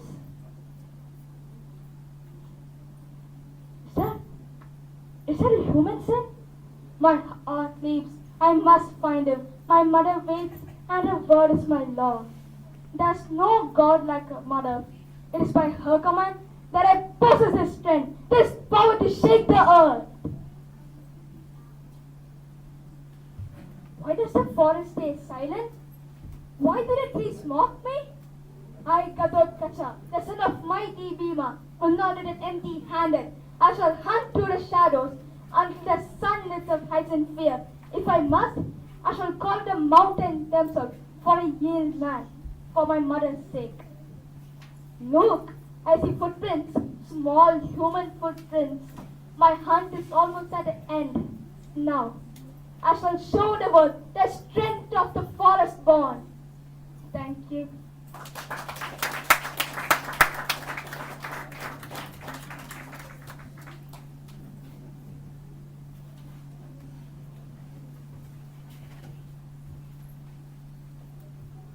Thank you, Ritesh. That was brilliant.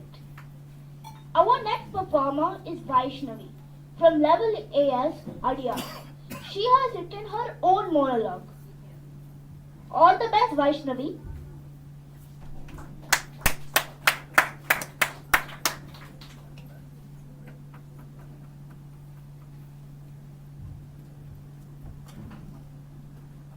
Hi everyone, my name is Vaishnavi and today I'm going to be performing a monologue called A Life of a Babysitter written by me.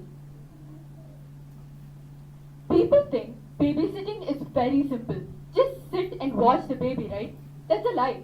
Babysitting is actually an extreme sport. The moment the parents leave, the baby turns into a tiny scientist who asks random questions I don't even know. Why can't I eat glue? Why do dogs bark? Where can I see dragons? This kid has asked me more questions in one night than my teacher has asked me in a whole year. Then comes food time, a real battlefield. The parents clearly tell me, give him idli or dosa, as if he's going to eat that. But the kid, he wants Maggie. Not one bowl, not two, but enough Maggie to do a hibernation. Of course I say no. And the moment I say no, he doesn't cry normally. He gives a whole performance.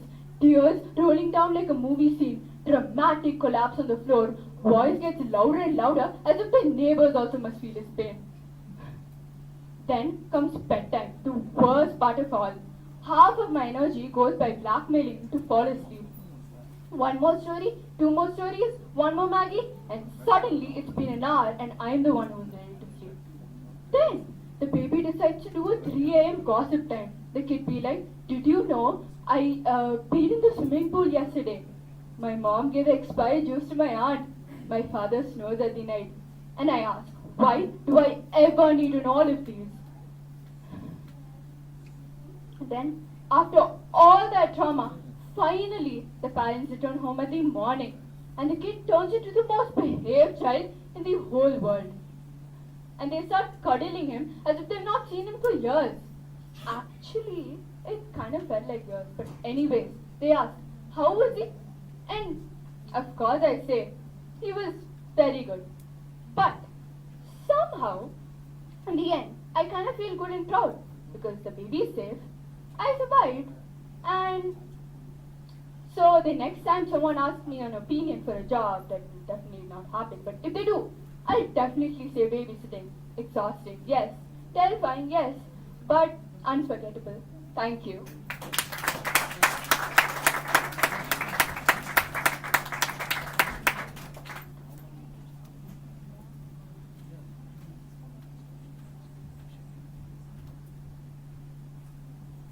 Thank you, Vaishnavi.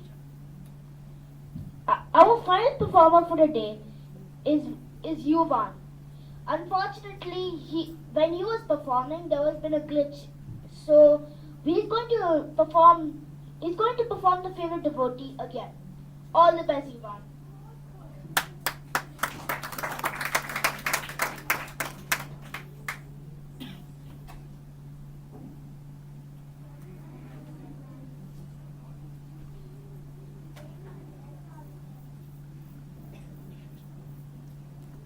On the mic, ma'am.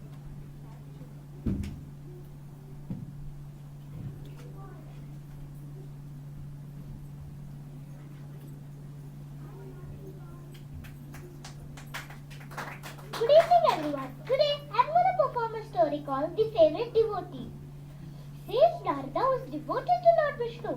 He would go around the world reciting the Lord's name, Narayana, Narayana. One day, Narada met Lord Vishnu and asked, Lord, I have a question. Who is your greatest devotee in this world? Lord Vishnu pointed to a farmer plowing the field. He is my greatest devotee. Narada was surprised to hear this. He felt that the farmer was a good fellow working hard for a living, but he took only the Lord's name once or twice a day, whereas he recited the Lord's name 1,000 times a day. Lord Vishnu could see that the sage was not convinced with the answer he had given. So, Lord Vishnu gave Narada a pot filled with oil to the brim. Narada, said Lord Vishnu, pointing out to a hill, I want you to go around that hill carrying this pot of oil on your head. Take care not to spill oil, not even a drop. So Narada placed the oil and started going around the hill. He was focused only on the pot of oil on his head, and it took him one whole day to complete one round. He returned and gave the pot back and said, You can see that the pot is still filled with oil to the brim. Not a drop has been spilled, proudly. Seeing that, Lord Vishnu said, Yes, I can see that. Now tell me, how many times did you remember to take my name? Oh Lord, Narada cried out. Not even once. My whole attention was on a pot of oil on my head, confessed Narada, and he agreed that the farmer was a greater devotee than him. Thank you.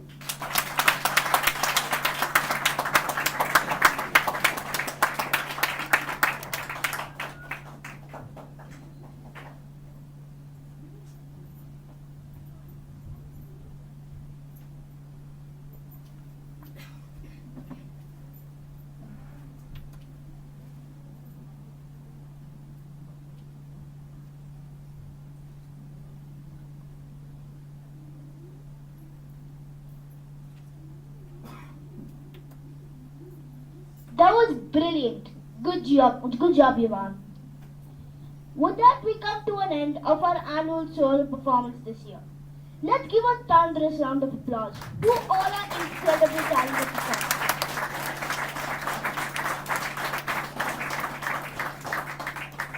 Our heartfelt thanks our students, to all our teachers, for going beyond and helping us put this show. Thanks to our parents and for managing their busy schedules and our practice schedules. Thanks to Sheila ma'am and Nirmalanna for coordinating all of this. Thanks our seniors in youth theatre for the light and the tech support. Thanks to Vicky sir and Radhika ma'am for planning this wonderful opportunity for all of us. And last but not least, thank you to our audience for being so encouraging and supportive. Have a wonderful evening. Take care and goodbye.